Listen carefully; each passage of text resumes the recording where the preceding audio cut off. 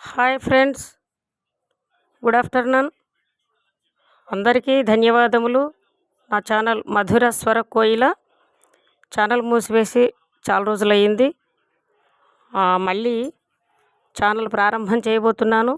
అందరూ కూడా మన ఛానల్ మళ్ళీ చూసి లైక్ చేసి సబ్స్క్రైబ్ చేసి షేర్ చేయగలరని మనవి చేసుకుంటున్నాను ఫ్రెండ్స్.